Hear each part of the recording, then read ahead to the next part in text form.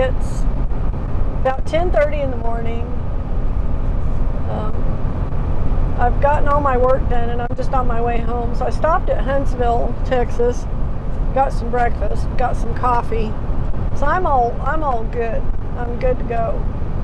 I've got just under half a tank of fuel, so I've got 307 miles worth of fuel. I'll probably stop in Decatur and fill up where it's 342, where I bought it yesterday. That's the cheapest fuel around without going to Lawton. I don't want to run over to Lawton if I don't have to. So I'm going to go ahead and fill this up, or put some in it anyway. I've still got fuel on the Ford that I can pump over into this. So I'm not sure how much. I might just go ahead and fill it up. Get it while it's cheap, because it'll probably go back up next week. You know how the diesel price has been doing. It goes up, comes down a little bit, and then it goes way back up. And then it comes down gradually a little bit, and then it goes way back up. So that seems to be the scheme of things. I don't know if you're seeing them, but there's kind of pink flowery trees off on the sides of the road here in areas. Those are redbud trees. And those are the harbinger of spring in the South and the Midwest. When they bloom, it's early spring. So it's pretty great to see them blooming right now. The last couple of days I've seen them. The first one was yesterday down in Decatur. The farther I travel now, the more I'm seeing of them.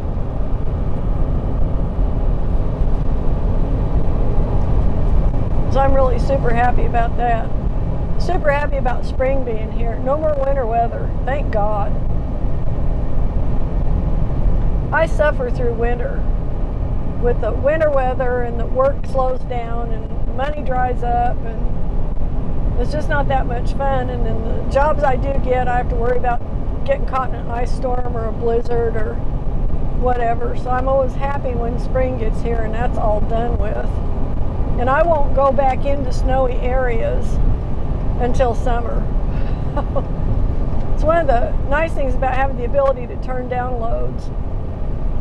Like if they tried to send me to Colorado right now to like the snowy parts, I'd tell them no. I'd be like, nope, don't think so. It'd be different if it was not snowed in and if it wasn't still snowing up there, but it still is snowing up there, so yeah, I'm not really not interested. Even though I'd like to go up and see my family. My brother-in-law is sick. He's got a situation going on. I'm sad that he's sick.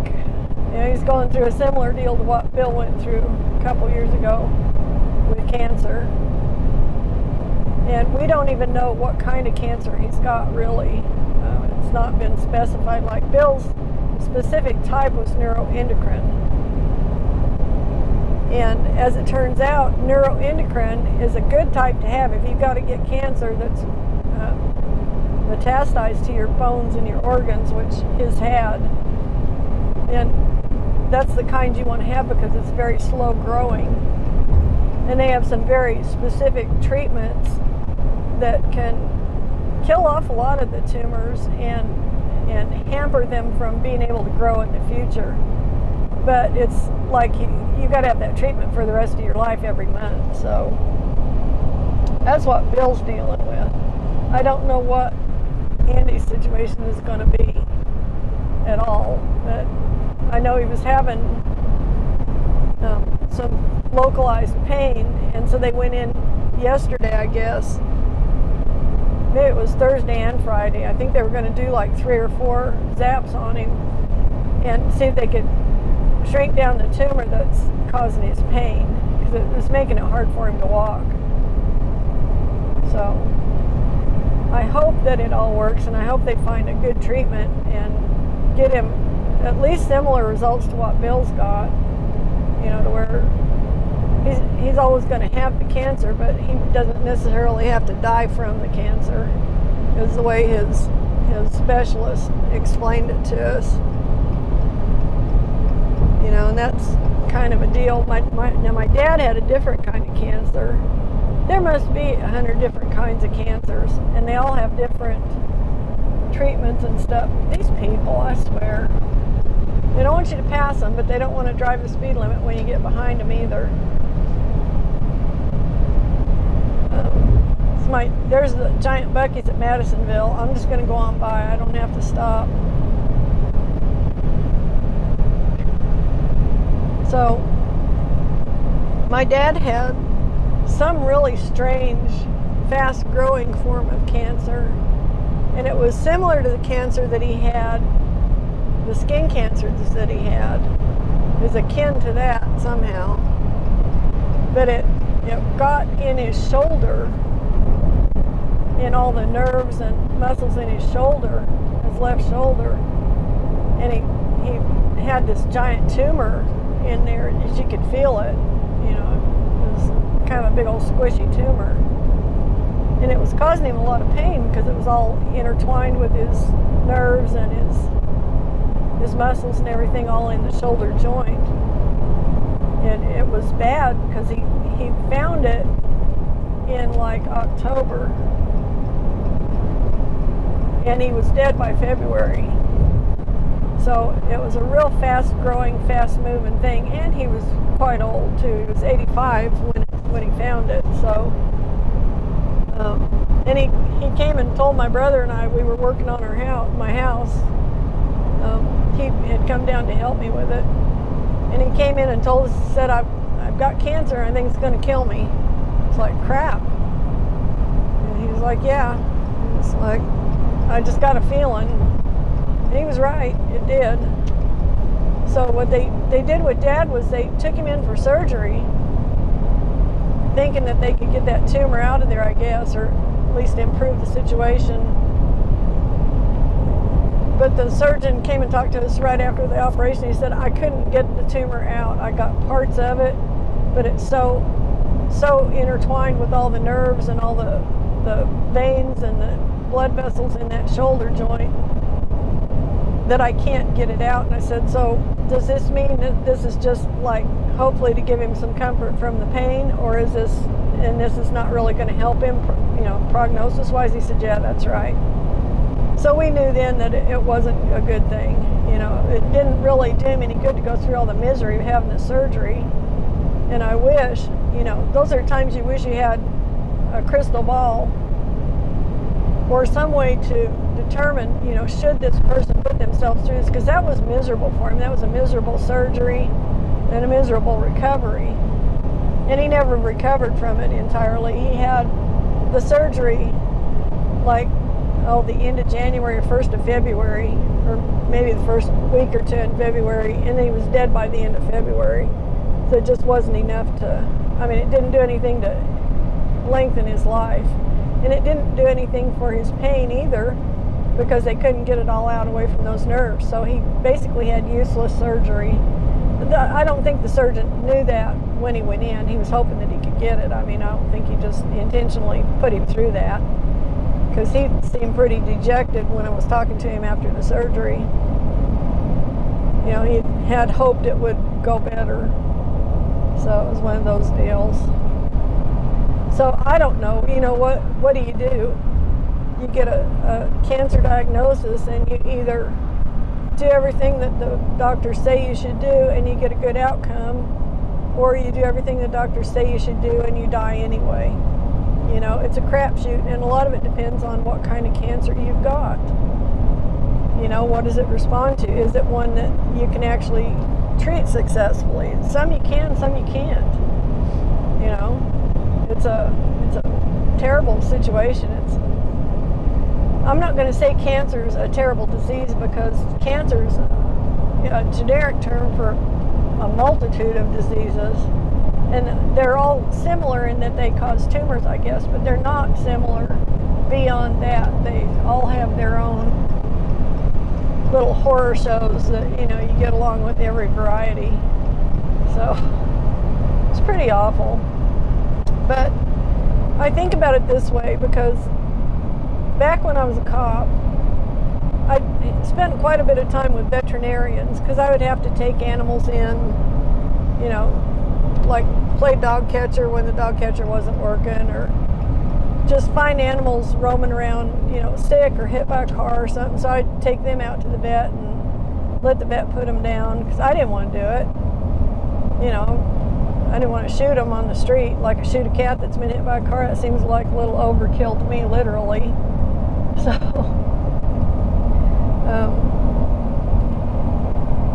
So I would haul these critters out when they've been hurt. So I spent quite a bit of time talking to these vets about different things.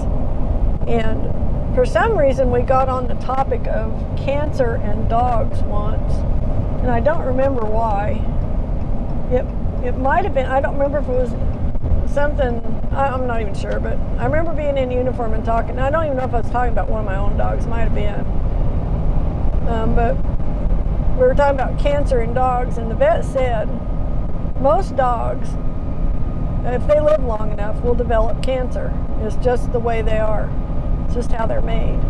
And I'm starting to think that people are kind of similar to that, because pretty much everybody I know has developed some form of cancer, including me. You know, all my brothers and sisters, my mom, my dad, my grandma, my grandfather, everybody I know. And I'm not talking like early in life cancers, like, you know, like life-threatening, but I'm talking nuisance cancers like skin cancers, you know, prostate cancer is a big one, things like that aren't necessarily life-threatening from the get-go, but they're painful and a pain in the ass. But a lot of people get to a certain age and then they start developing that. I think it's just our cells are starting to break down or not reproduce the way they used to, and we start getting the anomalies in them. And I think that's probably mostly what cancer is, you know, anomalous cells that start, you know, multiplying out of whack, and they make a big knot. They call it a tumor. Well, some of those are deadly and some of them are not. So, but I think we're similar to dogs. I think if humans live long enough, they'll probably get cancer of some kind before it's over with.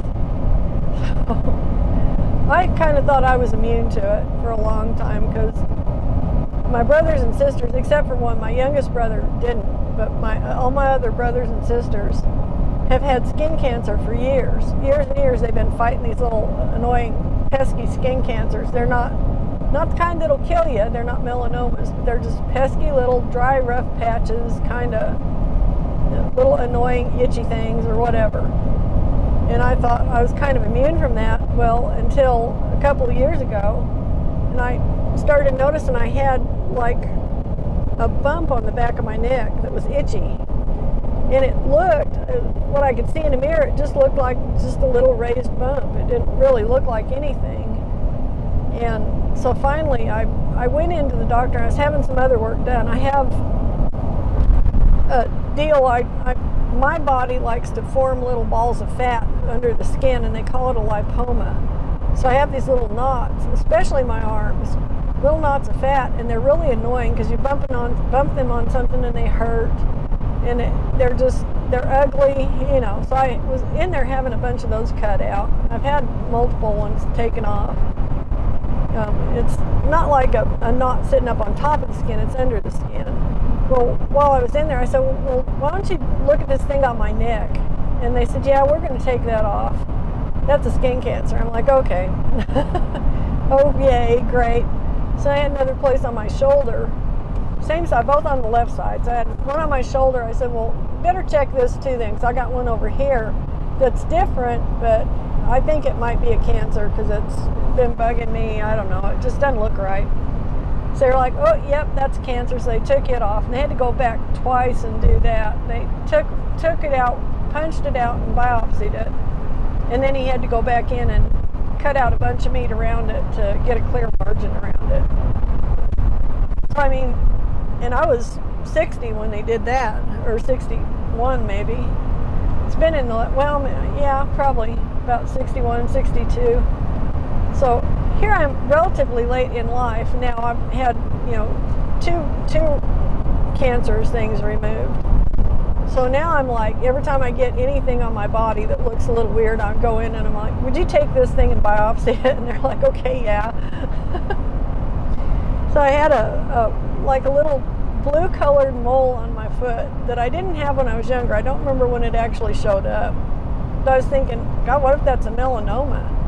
Because melanomas are supposed to be little black things, dark, spots.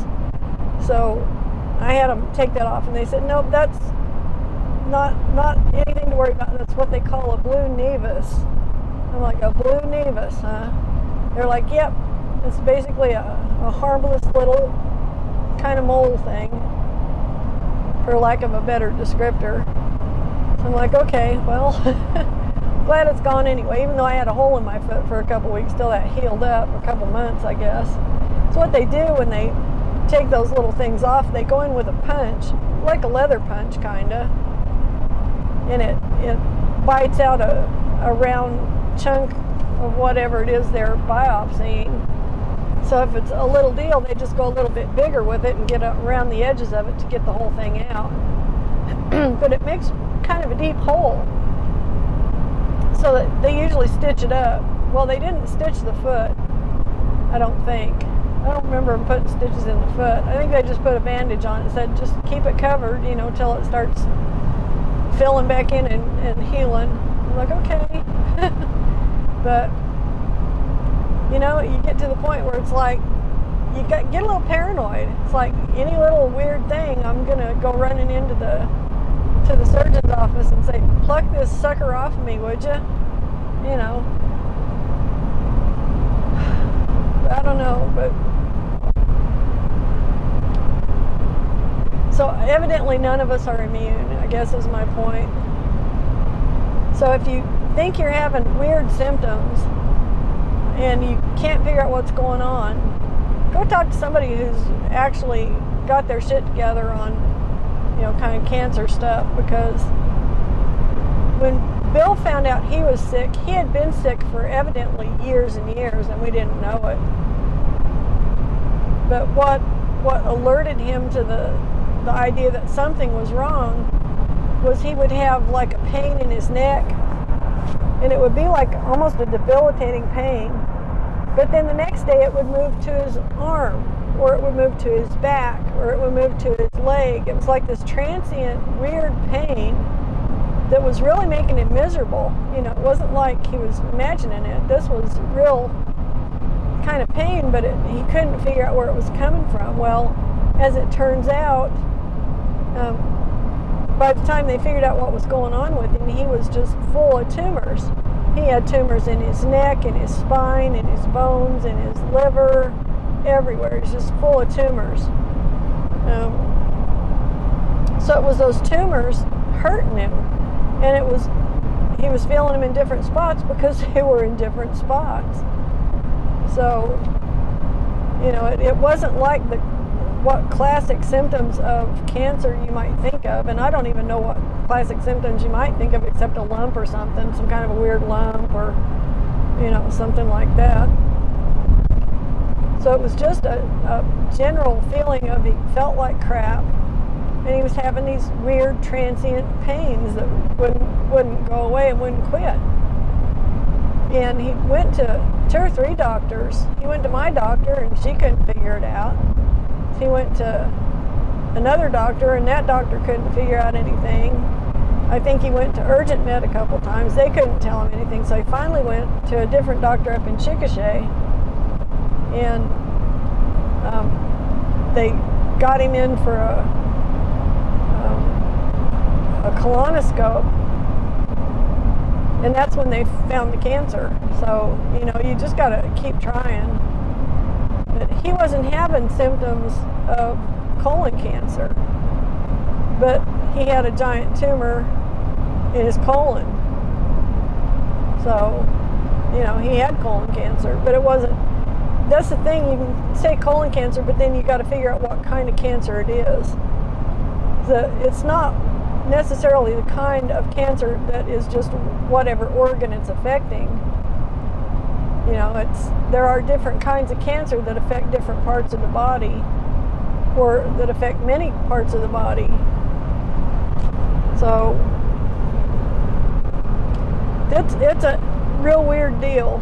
Cancer's a weird deal. So it's like a catch-all term for God only knows how many different kinds of diseases, really. So now we're getting in some pretty heavy traffic. This is starting to get annoying now. It's not so much fun. There's a redbud tree. See it? Pink. They're blooming out. Yellow wildflowers. Sorry. Nice yellow wildflowers.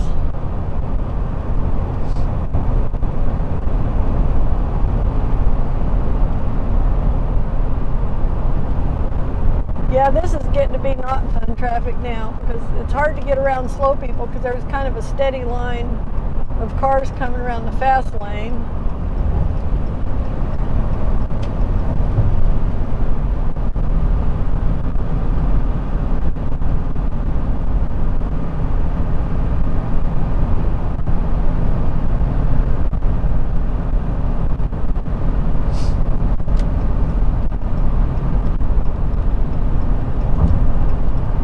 So anyway, if you're having weird shit happening with your body, go get it checked out because you just don't know what it might be. You know? And the sooner you can catch it, the better, really. I mean, it's one thing to have something for years and live in ignorance of it because it's a slow-moving thing like what Bill's got. It's another thing to have a real fast-moving thing like what my dad had that'll just kill you in a couple of months. So, you know, you just don't know what you're messing with. You have no idea until they've biopsied it and probably DNA'd it, genotyped it or whatever, and figured out exactly what they're dealing with. So, you know, as scary as it is, you know, it's better to know and be able to do something about it than to bury your head in the sand and ignore it until it's too late to do anything about it.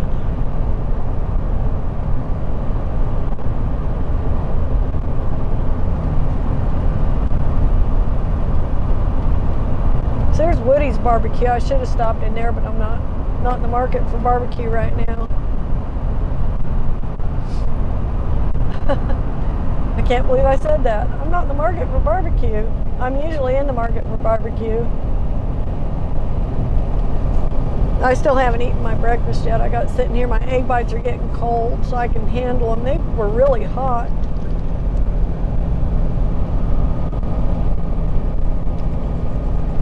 So I guess I'll do that now, eat my breakfast. All right, so I'm north of Decatur. I'm at Alvord, actually, Alvord, Texas, Alvord. I don't know why this person in front of me is driving 55 miles an hour in a 75 mile an hour zone. But I was stuck behind him for a while because everybody was running me over. Evidently, they don't know why they're driving that speed either. They cut off the road, so good. Get out everybody else's way.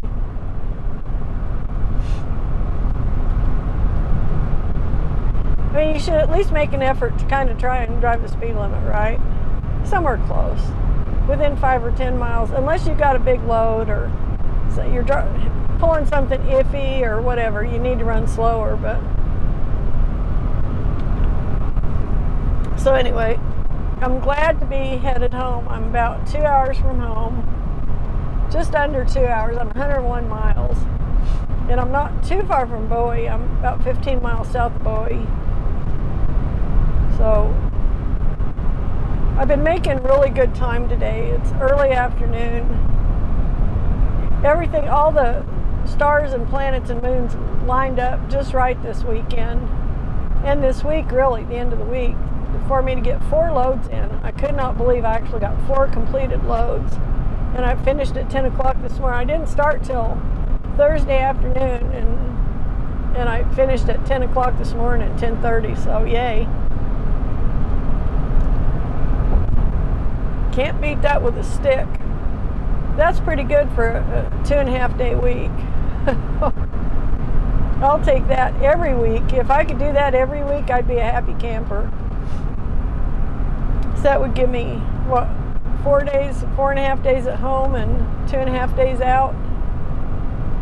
That'd be fine. My biggest problem right now is I'm having cramps, muscle cramps, like random ones from going back to keto, because I haven't been consuming any salt, so I had to stop and get some electrolytes. I hate these random cramps, like in my abdominal muscles and in my hands, and like one of the muscles in my shoulder blade was cramping up before, so I was thinking I need to get either some pickle juice or some electrolytes or something.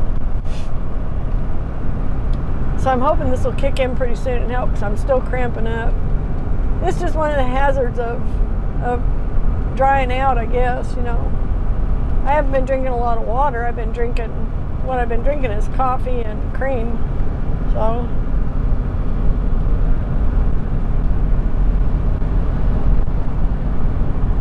if I had my choice of electrolytes, my first choice would be pickle juice, because there's no sugar in it. You know, dill pickle juice. That was not an option where I was at. So I got the next best thing, which is, to me, is Propel. Although it's got artificial sweetener in it, it's got aspartame in it, I think, and I don't like aspartame. But when I'm cramping up like this, I need something that I can drink down quick and it'll kick in and kind of, you know, knock the cramping out. It's not like I'm in severe pain or anything, it's just annoying more than anything.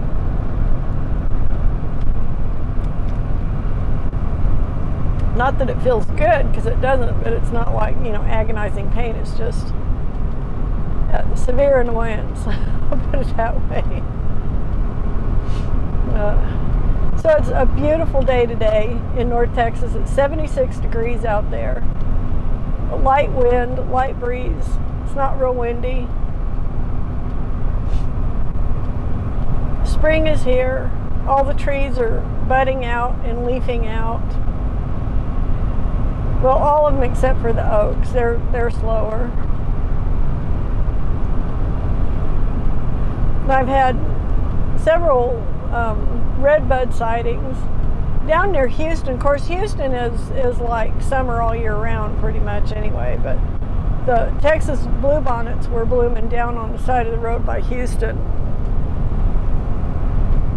So I expect another week or two and we'll have them blooming up here too in the bar ditches. So I'm trying a little different camera setup. I'm trying to kind of zoom the camera so that you can see more detail up close, like to the road, instead of giving you such a wide, broad angle, because that broad angle loses a lot of detail. So I'm hoping this will look better. We'll find out, because one of the things that I noticed is when I've got it all the way back, you know, when I've got it pulled all the way back for the widest possible view, the signs and things don't really show up very well. So, and to me, when I'm watching these videos, I kind of like to see the signs. So that's something that I'm trying to incorporate into this. I'm still learning. I've got a lot to learn, obviously.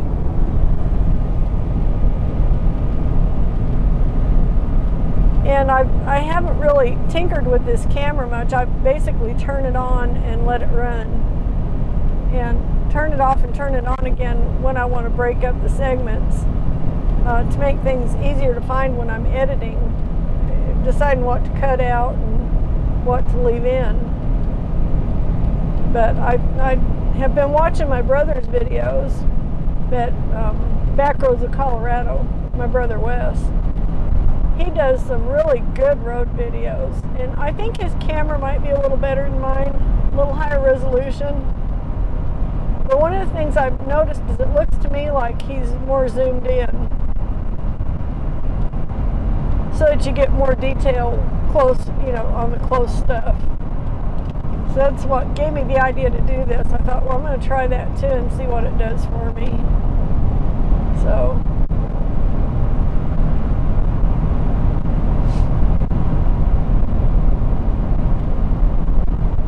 fancy boat.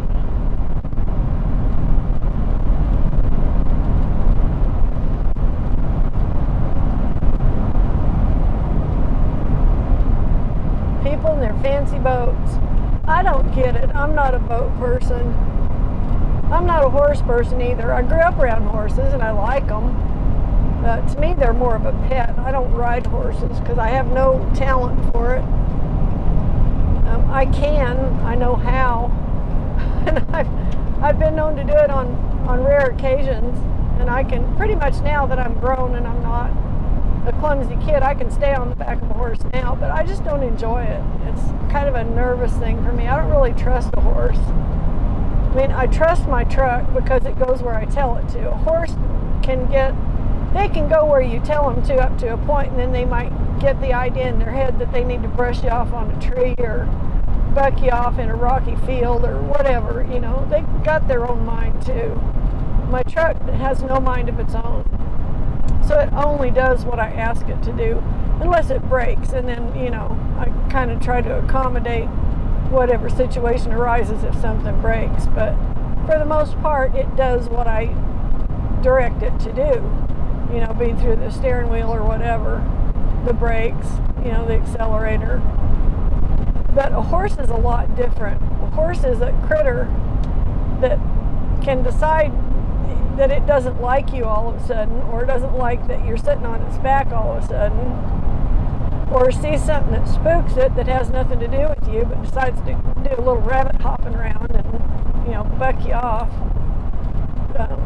There's no telling what horses actually think. Who knows? But my dad was a really good horseman. He was a cowboy, like the real kind, working cattle type cowboy, which he did for fun. That's what he wanted to do when he grew up. And basically my mom wouldn't let him. She said, no, you have to get a real job. If we're going to have kids, you have to be able to feed the kids. So he's like, okay, I can do that. But that was what he did. That was his natural calling, was to be a cowboy and to deal with horses. And he didn't trust horses any more than I do. He told me, he said, horses can be the dumbest animals on the planet. And if you can be talking to a horse, saddling it, looking in its eye on one side of the horse, and you can walk around on the other side of the horse and it'll look at you and it won't recognize that you're the same person that was on the other side of it, and you'll spook it. So this is how dumb horses can be. They're unpredictable and they can kill you. So he was not the kind of person to say, oh, you know, these horses, they're all lovey-dovey, you know, oh, they're so gentle, blah, blah, blah. He's like, no, horses are big, they're strong, and they can kill your ass. So I didn't have any illusions about horses at all. Okay, so this is the middle way to go into town. If you take that exit, that'll take you right to downtown. We're not going to do that today. We're going to go to the far west exit.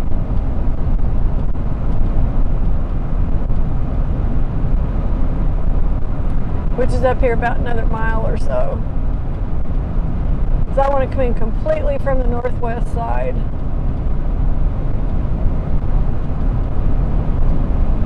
Now this is adding a couple of miles to my route is all. It's not a lot. So, yeah, it's not a big deal. What it is doing is getting me through all the slow stuff right going through town. So I guess that's a trade-off.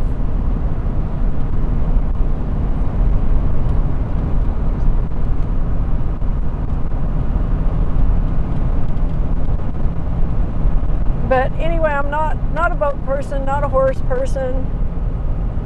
I'm not really any kind of a specific kind of person. I'm a complicated mess. So I can't really just put myself in one category, you know what I mean? I don't have one passion in life that defines who I am or whatever. Some people do, you know? I'm not one of them. I'm just not one of them. I don't know. I'm kind of like, I've got a few skills that I use to earn a living, but then I've got some interests that I do for fun. But I don't worship at the altar of any of it. I've still got something rattling over there. It's driving me nuts. Okay, so we're going to go in this way.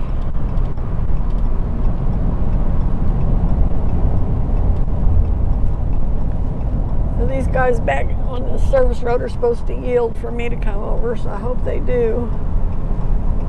Yeah, it looks like he's going to.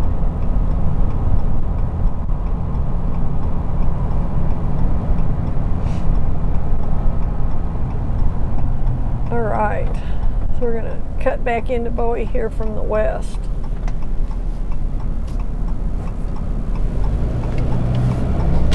There's a truck stop behind us at the intersection there on the other side of the highway. So now you can kind of get a look at where we've been coming up through Bowie. We've been coming up off to the right, up the main drag, and then we've been turning north along the top of that ridge that you see. 81 runs along the top of that, I think, and on out north of town. So this is what the western side of Bowie, Texas looks like.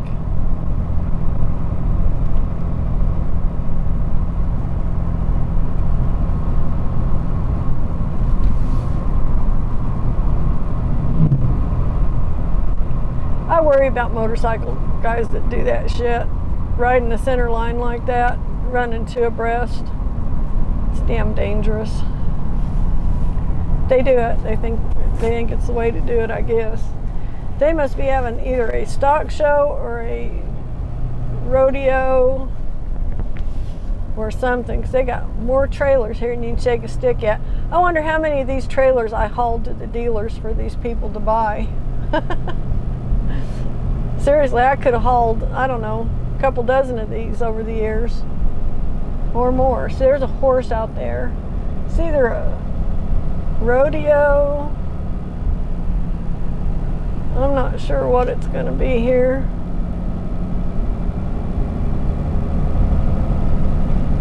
Looks like it's all horses. This is all horse people. I'm just not horse people. Just ain't. Big old fancy horse trailers. Some kind of horsing competition, but that was the same down at Decatur. They had some kind of big event going out there at a horsing center, some kind of equine type event that had tons of people. There were tons and tons of horse trailers out at that one.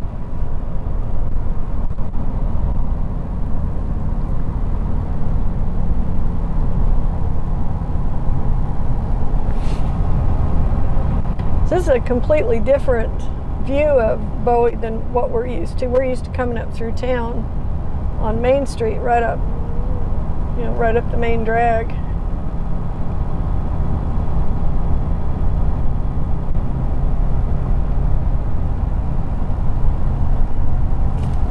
What's it trying to do? This GPS knows it's trying to do weird shit. Okay, let's see what it's doing. It's doing okay. I just am suspicious about it. I don't trust this GPS as far as I can throw it. Constantly questioning it and double checking it to make sure it's not doing something stupid. Alright, junction 81. So we're going to turn a little differently than we normally do for 81.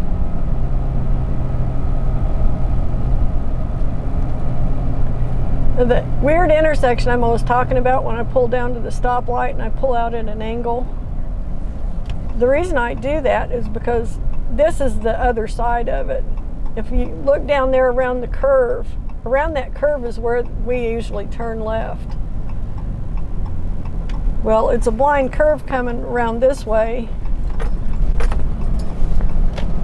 And this road is where we usually go. If you turn right here, that would go down to that intersection. That's the way we usually go. So we're circumventing that whole deal, which is good. And now we're back on Highway 81, the same place we always end up at once we get past that intersection down there. So the wind's blowing out of the west today here in Bowie. Looks to me like. So I'm pointing north and the flags are flying to the right, so they're blowing out of the west. 73 degrees now, so it's just a nice day. Just a really nice day. Enjoying this. Some leaves on trees back in there. These oaks are the holdouts. They're so cranky, they don't get their leaves till later. They're the grumps of all trees, I think. Oak grumps.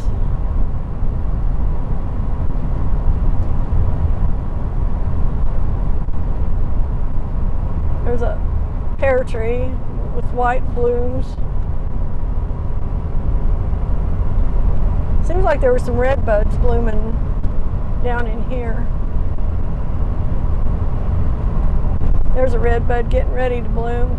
Had the buds on it, they just haven't opened up yet.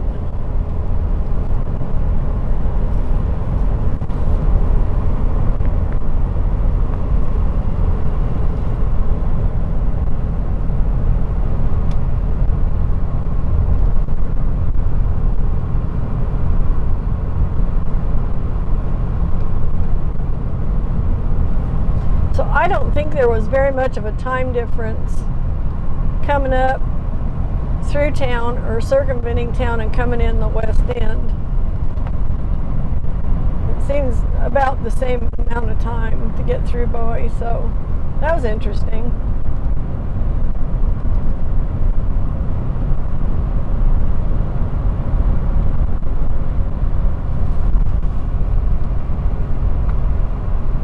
Kind of glad I got to take a look at things out there because I haven't been out on that side of Bowie for a long time, for many years.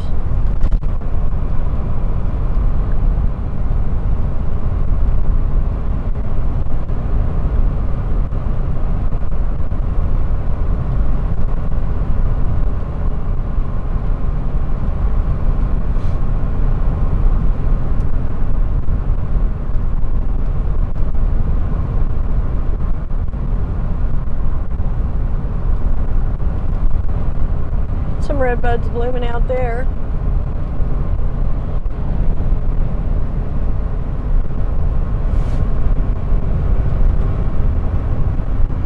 Okay, I'm gonna let the horses run on this truck. 75 miles an hour from here, pretty much all the way up to the Oklahoma border. So we're just gonna go. It wants to run, so I'm gonna let it. I don't have this problem with the Ford. It doesn't really ever want to run 75. It likes running 65 to 70. That's kind of the sweet spot on that one. This one likes running 75 and 80. So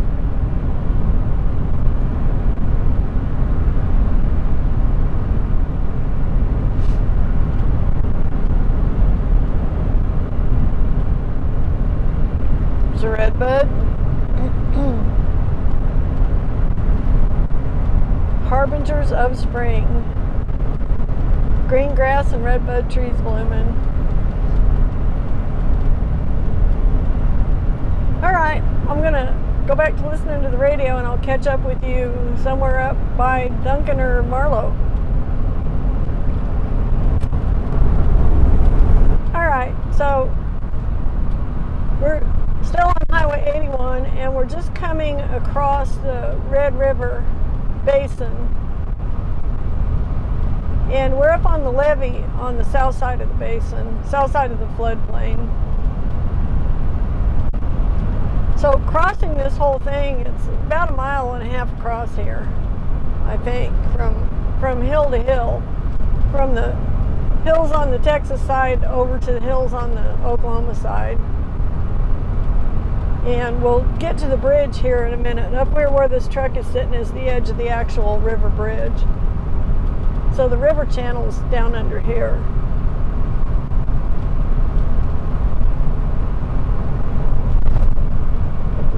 And we're still over land here.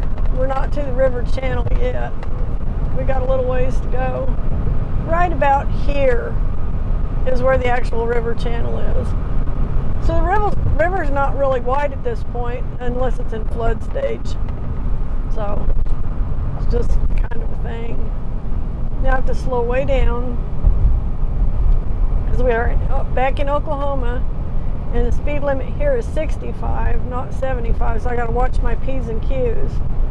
So I think I saw a trooper heading north when I was coming across the bridge. May or may not have been, but it looked like a black car with red lights going. So if it was probably a trooper heading north. But I'm going to behave and mind the speed limit. Doug's Peach Orchard's busy today. It's a popular place on weekends, Friday and Saturday nights.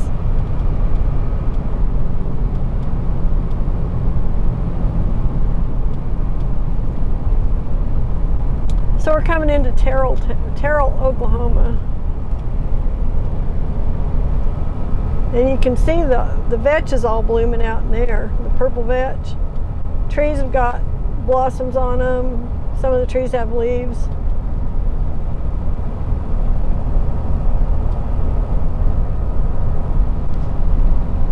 This is pretty great. Pretty awesome. We're back into the higher fuel area too.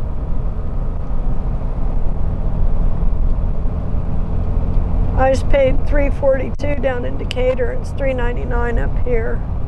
I'm gonna pull over. I got something in my eye.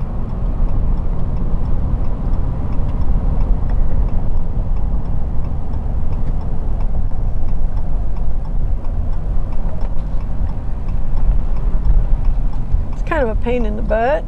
I think I've got an eyelash. There's something in my eye. It's obstructing my vision on that side, so I gotta see if I can get it out of here.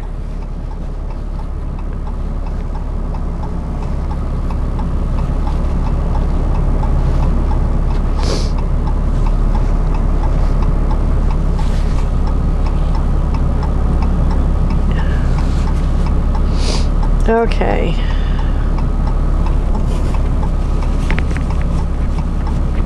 I don't know if I got it or not. I don't think so.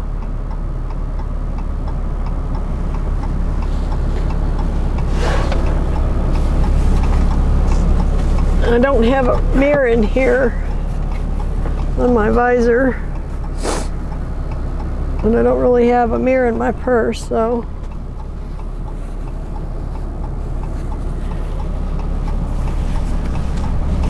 I guess I'll just go, and then if I have to stop again, I'll stop again.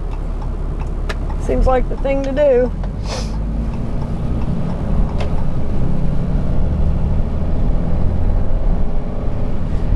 It's not very often that happens. To me anyway. It's kind of a rare thing. Get something bugging me so much I can't see.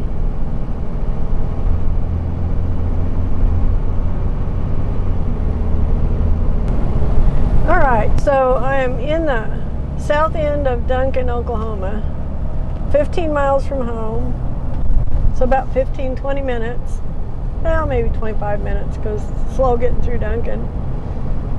But I kind of wanted to just recap the week and tell you what I'm really grateful for this week. One thing is what you're seeing here is this nice weather. Oh my gosh, it's so nice. It's almost 70 degrees out. It's t-shirt weather and it's March 4th. So this is awesome. Grateful for that. I'm grateful for the work I got this week. So I ended up having 4 jobs in 2 days. It was wonderful. So, well, 2.5 days, 2.25 days. So that worked out really good. Actually 2 days because I haven't used up today yet. There's still quite a bit of today left. So basically if I just take the work I did Thursday and tack it on today, that's basically 2 days worth of work. So yeah, that's pretty much that. So I'm really thankful for that. And it's going to be nice to have a decent paycheck next week, the week after next. I'll get a decent one this week because I had the Kansas run last week, which was good. So I'll have a nice paycheck the week after that, and we'll see what happens next week. So I'm glad that all worked out the way that it did. And I'm glad I've got this truck, actually. I'm kind of feeling this truck more than I used to for a couple reasons. I don't have to use it very often, so I don't have to use the ELD in it because my regular truck is the 96 Ford, which won't work with an ELD. And unless I use this more than 8 days, I don't have to run an ELD in it either. More than 8 days a month. So I can legally run this truck 8 days a month without an ELD and stay on my logbooks. So that's perfectly kosher. So between these two trucks, I should be able to do anything I need to be doing. So that's all good. There's a roof over there. I don't know if you can see that. Oh shoot, I missed it. I'm sorry. I'm going to pan over here to the right because on up here a little ways there was a roof in the tree. I mean, really stuck up in the tree. There was a whole roof laying down by that building back there. You could probably see it as we were coming up the road. But back behind this building, there was a roof in a tree yesterday. Looks like they might have taken it down. Nope, the framework is still up there. They got the metal out of the tree, but look up in that tree, that kind of lone straggly tree. There's a roof all up in that tree. Let's just go around this block and take a look at it, see what we can see from back here. We got hit with something here, a tornado or straight line winds or whatever. It was pretty good. There's the roof of that building. You can actually see here, all back in there. Yeah, so that's really a thing. I'll get turned around in here. If I can, they make these friggin' parking lots a pain in the ass to navigate. A little skinny in, a little skinny out, and then they build curbs down the middle of them so you can't cross over. What a nuisance. That's all right though. We'll just go back, take another look here at this mess. I'm gonna zoom out just a little bit. So that's destruction from the storm last week, a week ago. The storm that thankfully missed us at the farm. We didn't get that kind of destruction. Thank God. Another thing to be thankful for. I'm sorry that these people did. It bites.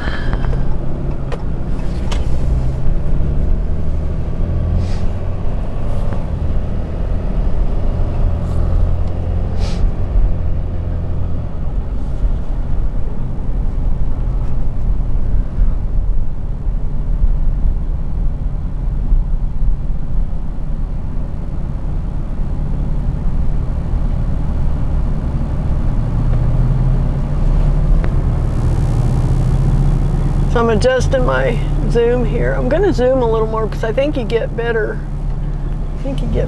Video, maybe. I don't know. We'll see. I'm experimenting, still learning.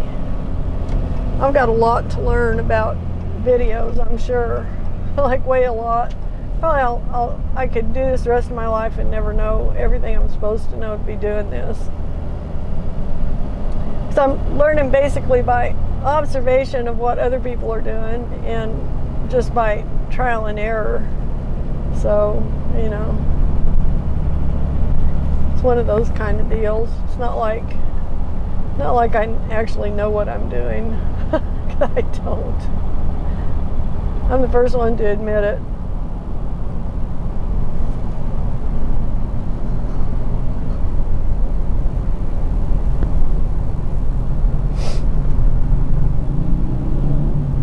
Ape hanger handlebars on a motorcycle. Dumbest thing ever invented. I think they look so stupid. It's kind of like the exaggerated Easy Rider thing.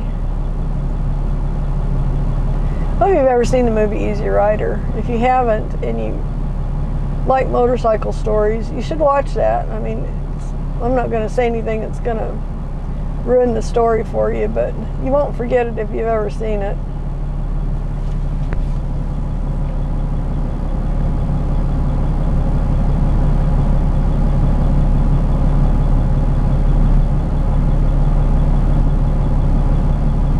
Okay, light, come on. These lights in Duncan are long and they're not synchronized, so you usually have to stop at all of them. It's just one of those deals.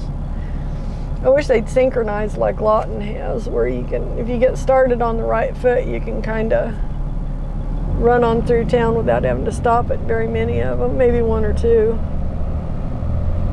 They're not making it that easy on us, are they?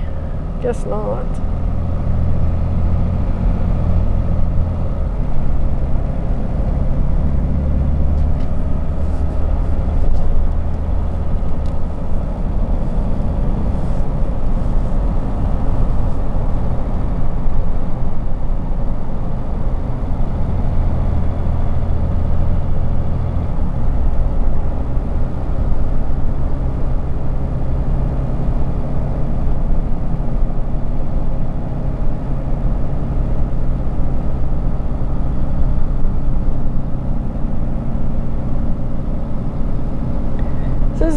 Typical Saturday in Duncan. It's not exceptionally busy. I bet Walmart's busier than shit.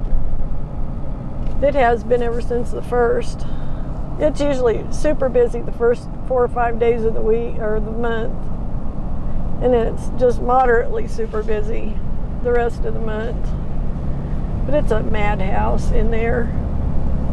I wish they'd put another Walmart up in Marlow, but they had one there, and they weren't supposed to shut it down when they put this one in Duncan, but of course they lied and they did shut it down and took away Marlow's Walmart. So my sister-in-law still hasn't forgiven them for that, and I'm kind of with her on that one. It was a bunch of bullshit. But I guess they can do what they want to. They're a private business. And I'm kind of over dealing with Walmart. I go there when I absolutely have to. And the main things I buy at Walmart are cat litter and cat food.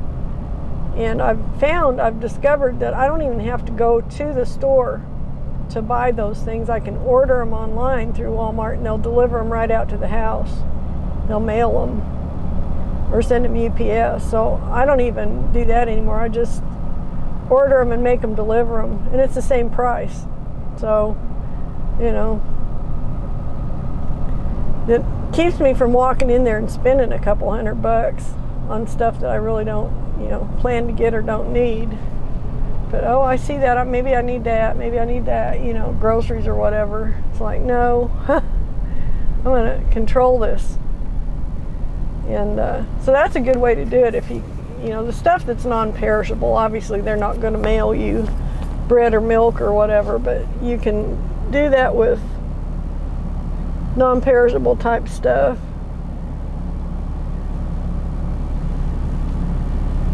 But I've also found that they don't have the lowest prices on some things anymore. They used to have the lowest price on stevia, on the pure stevia, the pure brand.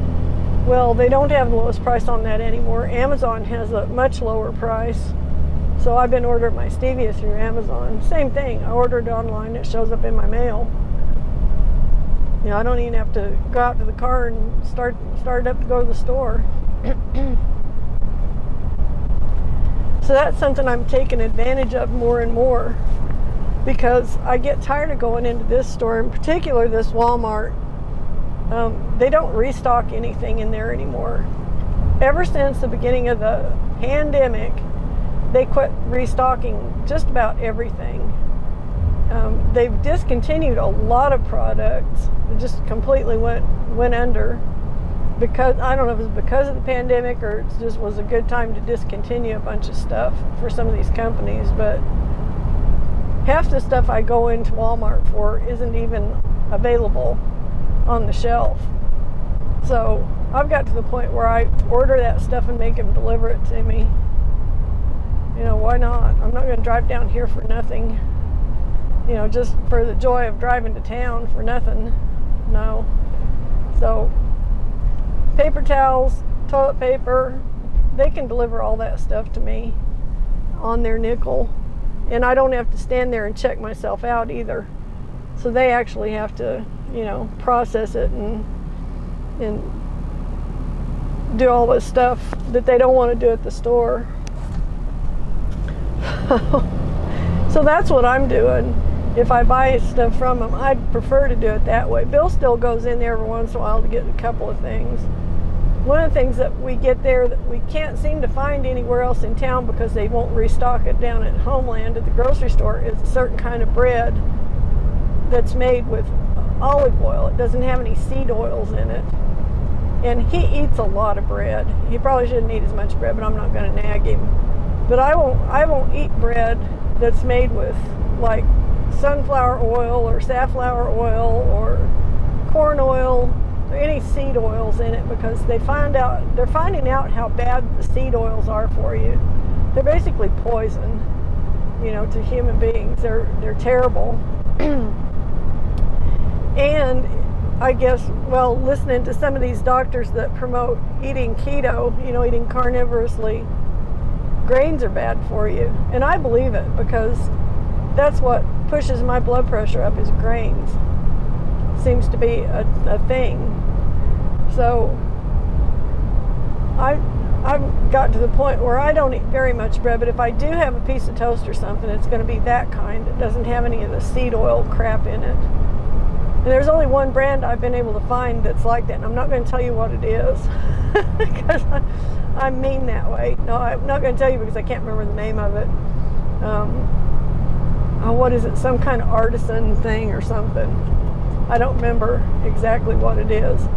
But they carry it at Walmart and Homeland, which Homeland is just Oklahoma's version of Safeway, I think. They used to be Safeway. What is it called? I can't think of the name of it. Something Kitchen, Artisan Kitchen. You'll just have to look it up. Look for bread made with olive oil and no seed oils. So, if you're going to eat bread, you might as well eat it made without, like when I make bread at home, I make bread with butter. I don't use oil in it at all. I use butter. So I use a fat in it. I used to use shortening, and then I figured out how bad shortening is for you. We grew up eating Crisco. My mom bought Crisco the whole time we were kids, and I bought it up until recently, not knowing how terrible that stuff is for you. And it makes great pies and great flaky baked goods, but it's terrible. It's not even really edible. I don't even know if we actually digest it. It's just one of those weird kind of concoctions that the food companies came up with. Like a lot of the stuff we eat, you don't even realize it, but it's just chemical concoctions of crap. It's not even based in food. Well, shortening is one of those things. It's not really food. I don't know what the hell it is. It's like vegetable oil that's solidified into this lard-like configuration. Well, so what I started doing is I bought some actual lard. So I'll use that from now on. That's what people used for hundreds of years before they ever had Crisco, and people didn't have the problems eating a pie. Eating a pie wouldn't kill you, 100 years ago before they started dosing it with Crisco oil, or Crisco shortening. So this kind of thing is really annoying to me that we've been lied to so much. So that's one of the things that I've been doing is if I eat bread at all, I eat that kind of bread. Or if I'm in the mood to actually bake bread, I'll make my own bread. But I'm afraid of flour now. After having these problems with high blood pressure, I'm afraid to eat flour. So I'm afraid to make bread, with processed enriched flour. So I don't know, what do you do? I guess you quit eating it. So that's what I've pretty much done. I've pretty much quit eating it, except for occasionally having toast. That's pretty much the extent of my bread consumption. And it sucks because I love bread. But what we're eating that we buy at the store, that's not even really bread. It's some kind of a chemical concoction. It's just not bread. If you look at the label, all the stuff that's in it, half of it's not even food. I don't know what the hell it is. But it's not like, if you make bread yourself, just plain white bread, the things you need are butter or lard, milk, flour, salt, and maybe a little tiny bit of sugar, and yeast. That's what goes into actual bread, real white bread. Now, it's basically the same thing that goes into any other kind of bread. You just change the flour, change the variety of the flour. Whole wheat flour, that's different, all that. But they're saying now that all grains are bad for you. All grains have no place in the human diet. And the reason grains got to be in the human diet so much is because they were a cheap source of food back when it was so hard to obtain meat for protein because it was expensive and poor people couldn't afford it. So poor people were eating grains and doing okay, because that's what they had to eat. But we don't need these things in our diet to survive. So basically, we've been lied to all our lives by the government about the food pyramid. It's a bunch of bullshit. It's completely made up crap. And the whole food pyramid was put together not by the government doing research, but it was by the government allowing the food processing industry to tell them what they wanted us to be eating.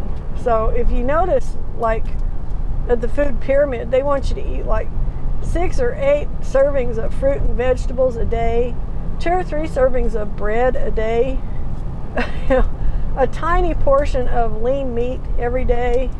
I mean, it's kind of ass backwards. No fats, only oils, only seed oils, low fat this, low fat that.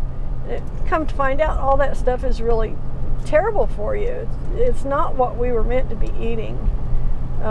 We have been primarily carnivorous creatures most of our history.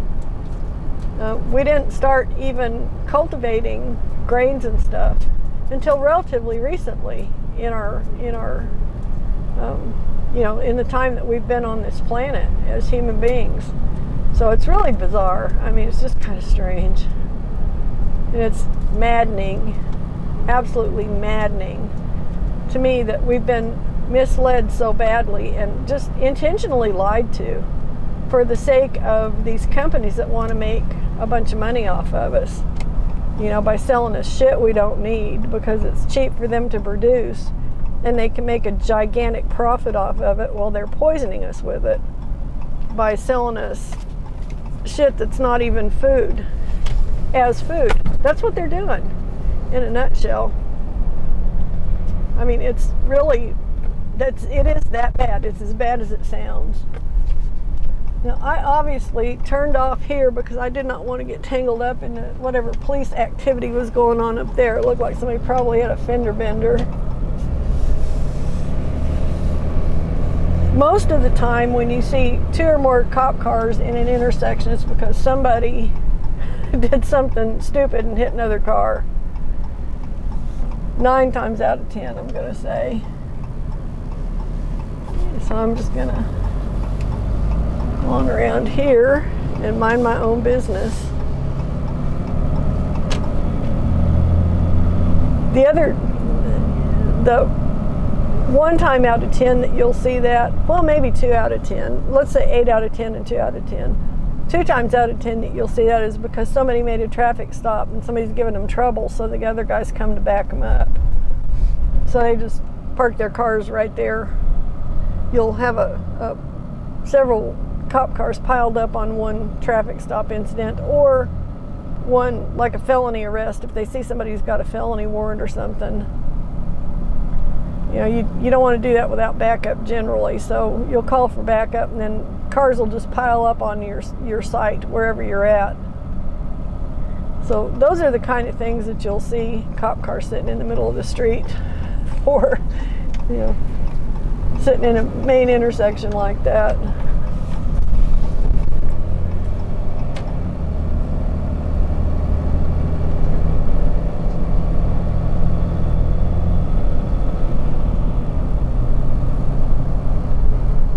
Oh boy. So I'm really glad to be getting home. I'm ready. It's almost 4 o'clock.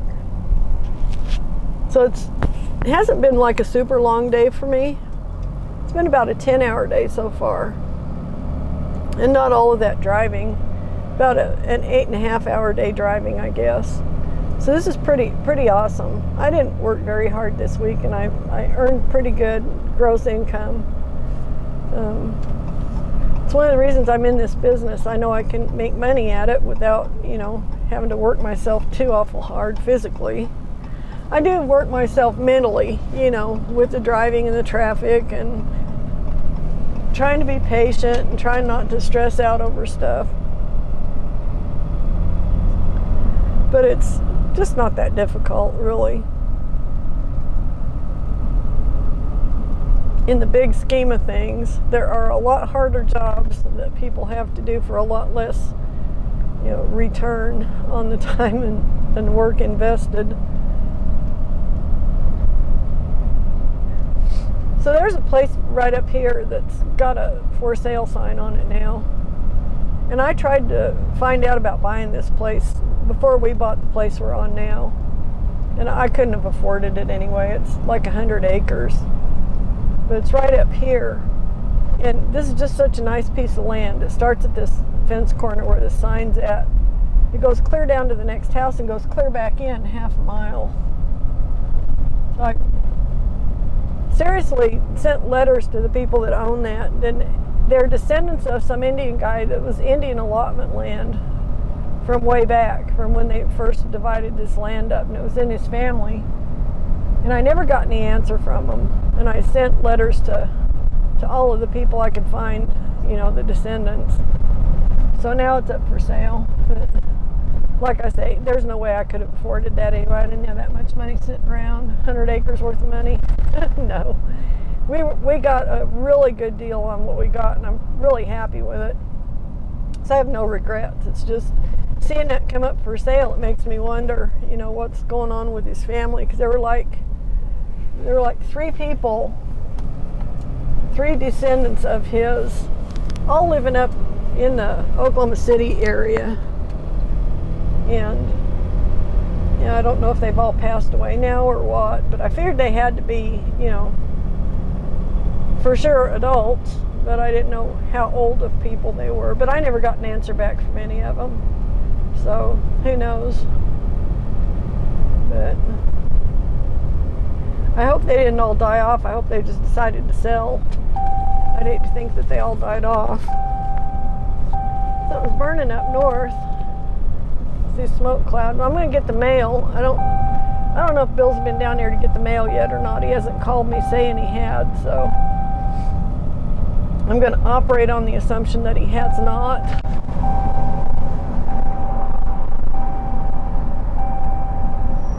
I love driving on the wrong side of the road. I also love it when I take off my seatbelt and that thing nags me. It's a nag. And there's one piece of mail. It's clear back in the back there, of course. This mail person, I tell you, it pisses me off when they throw the mail clear in the back of the box. Like, they can't reach it from their vehicle if they do that. I don't know how they expect me to reach it from mine. Evidently, he has been down here. He probably didn't see that and left it in there. All right, so I'm gonna call it a day. Thank you for riding along with me all week. I hope you enjoyed these videos. I'll try and get them edited and uploaded tonight So y'all have a good one, and I will see you next week.